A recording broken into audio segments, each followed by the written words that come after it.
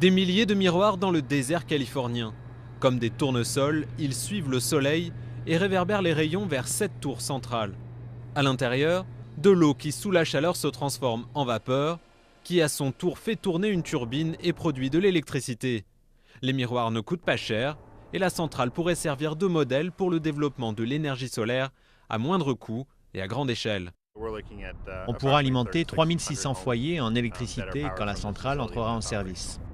Mais la centrale fonctionne seulement quand le soleil brille. Impossible de stocker l'énergie. Un problème peut être résolu par le projet de cette autre entreprise. Ici, les miroirs renvoient aussi les rayons du soleil vers une tour.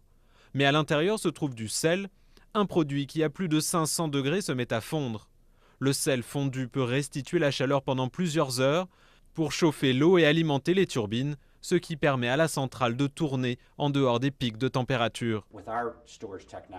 Avec notre technologie de stockage, on ressemble à une centrale électrique conventionnelle. On arrive à produire de l'électricité de façon ininterrompue en dehors des heures de pointe. Dans un État aussi peuplé que la Californie, les besoins en énergie sont immenses.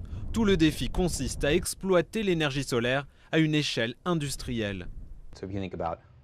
Tous les habitants de l'agglomération de Los Angeles et San Diego sont très proches du désert du Mojave, qui est l'une des meilleures sources de soleil du monde. Le coût reste pourtant un obstacle de taille. Les nouvelles centrales à miroirs sont moins coûteuses que les centrales classiques qui utilisent des cellules photovoltaïques, mais